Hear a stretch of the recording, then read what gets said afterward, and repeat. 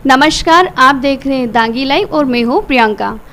आज हमारे साथ में गौरव ग्रुप ऑफ फाउंडेशन की संस्थापक गौरव जी धाकड़ उपस्थित हैं, जिन्होंने उन्हेल क्षेत्र के आसपास में एक चिकित्सा शिविर निःशुल्क लगाने का संकल्प लिया है, जिसमें उन्होंने स्वास्थ्य के क्षेत्र में जो परेशानियां आम जनता को आ रही थी, स्वास्थ्य की सेवाएं नहीं ले पा रहा था, उन्होंने निःशुल्क ये सेवाएं देकर जनता को ये स्वास्थ्य लाभ दिया है।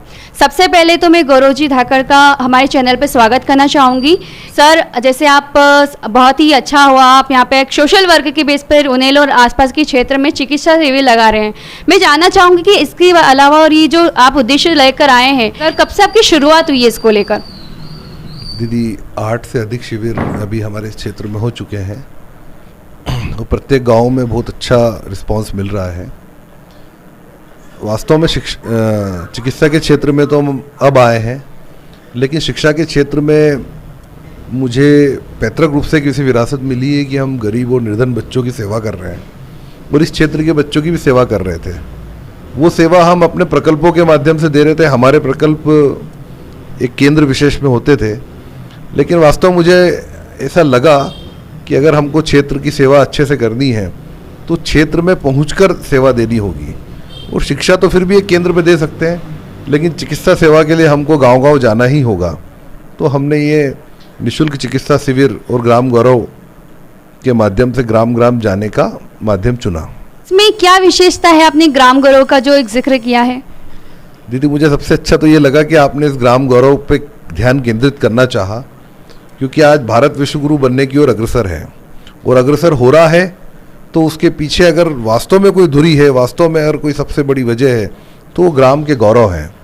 राष्ट्रीय स्वयंसेवक संघ भारत के इस अमृत महोत्सव पर ग्राम गौरवों पर ध्यान केंद्रित कर रहा है। तो प्रज्ञा प्रवाह मालवा प्रांत का जब हम लोग काम कर रहे हैं तो हमने उसके ऊपर काफ़ी काम किया और हमने देखा कि ग्राम में भारत की असली, जिसको हम कह सकते हैं कि पूंजी छुपी हुई है, मानव श्रम छुपा हुआ है। भारत के विकास की जो नई इबारत अगर लिखी जा सकती है तो ग्राम के गौरवों के बिना लिखा जाना असंभव है। तो हमने एक छोटे से प्रयास के रूप में, आपने इसको नोटिस किया, इसके लिए मैं आपका आभारी हूँ। ग्राम गौरव सम्मान हम गांव में जाके देते हैं। अब ग्राम गौरव सम्मान से आशय क्या, तो गांव का जो गौरव है, जिन्होंने गांव को गौरवान्वित किया है, जिनकी वजह से गांव फक्र करता है, ऐसे गौरवों को सम्मानित करने का काम हम कर रहे हैं। उसकी हमने 9 श्रेणियां विभाजित की है। शिक्षा के क्षेत्र में, स्वास्थ्य के क्षेत्र में, रक्षा के क्षेत्र में, जैविक कृषि के क्षेत्र में। अभी हम जैविक कृषि के क्षेत्र में, जैसे हम गांव-गांव में जब गौरवों का सम्मान कर रहे हैं तो उनको बहुत अच्छा लग रहा है, क्योंकि वो एक ऐसा पहलू था, वो कर तो पीढ़ियों की सेवा रहे हैं, लेकिन उनके सम्मान के लिए कहीं ना कहीं एक उनको भी बड़ा अच्छा लग रहा है कि हम उनका सम्मान कर पा रहे हैं, क्योंकि वो काम बहुत बड़ा कर रहे हैं लेकिन सम्मान नहीं हो पा रहा था। तो ऐसे हम विविध क्षेत्रों में सम्मान कर रहे हैं। उनको हमने गाँव के नवरत्नों की संज्ञा दी है, नवरत्नों का सम्मान भी हो रहा है और हम उनसे नवरत्न वाटिका लगवा के भविष्य की भी एक नींव मजबूत कर रहे हैं। नवरत्न की बात किया जाएगा, सिटी की तरफ भागना, गांव के जितने भी बच्चे रहते हैं कि नहीं 12वीं हो गया, 11वीं हो गया, तो उसके बाद में हमें 12वीं के बाद में कॉलेज के लिए जाना है, इससे क्या इसमें बहुत ज़्यादा फर्क पड़ेगा? देखिए, हम लोग, मैं स्वयं को दीनदयाल जी के विचारों का उपासक मानता हूँ और दीनदयाल जी के अंत्योदय के विचारों को अगर हम समझेंगे, जिसको बड़े बड़े एकेडमिया ने डिसेंट्रलाइजेशन के रूप में, विकेंद्रीकृत विकास के रूप में बोला है, सरकारों ने इसके ऊपर बहुत काम करने की कोशिश करी, लेकिन समस्या ये है कि विकेंद्रीकरण पे काम केवल सरकार नहीं कर सकती, सबको करना होगा। इसलिए एक जिम्मेदार नागरिक के रूप में या जिम्मेदार जनसेवक के रूप में मेरी जो विचारधारा है वो विकेंद्रीकरण पे काम करती है। और जब हम विकेंद्रीकरण की बात करते हैं, जब हम अंत्योदय की बात करते हैं, तो हम ये बिल्कुल नहीं कह सकते कि गांव का व्यक्ति जब शहर में पलायन कर गया है तो वहां जाके उसको सारी सुविधाएं दो। निश्चित रूप से वहां भी हमको देना है, लेकिन हमारा पहला कर्तव्य ये है कि जो गांव का नागरिक है उसको अच्छा कौशल प्रदान करके, उपयुक्त कौशल प्रदान करके गांव में या गांव के निकटस्थ ही रोजगार प्रदान करना है और उससे गांव के संसाधनों का विकास करना है और उससे देश की विकेंद्रित अर्थव्यवस्था को विकसित करना है।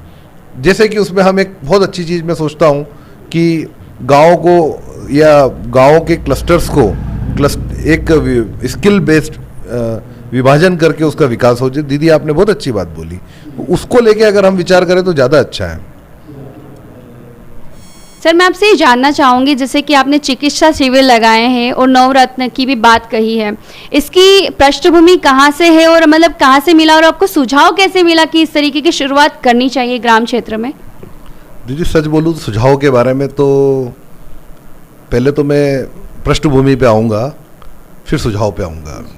पृष्ठभूमि मुझे विरासत में सोशल वर्कर की एक पृष्ठभूमि मिली है। हमारा आज का नहीं कल का नहीं, 1982 से हम लोग वंचित वर्ग की सेवा में काम कर रहे हैं। उसके बाद मैंने देश के नंबर 1 विश्वविद्यालय में शिक्षा करने का मुझे अवसर प्राप्त हुआ, तो दिल्ली यूनिवर्सिटी में जाके मैंने पढ़ाई भी मास्टर ऑफ सोशल वर्क जो किया है, एमए सोशल वर्क किया है, समाज सेवा में किया है। और बचपन से संघ के संपर्क में आना और संघ का काम राष्ट्र निर्माण का कार्य तो है ही सही, लेकिन राष्ट्र निर्माण के साथ में सेवा के संस्कार भी प्राप्त होते हैं।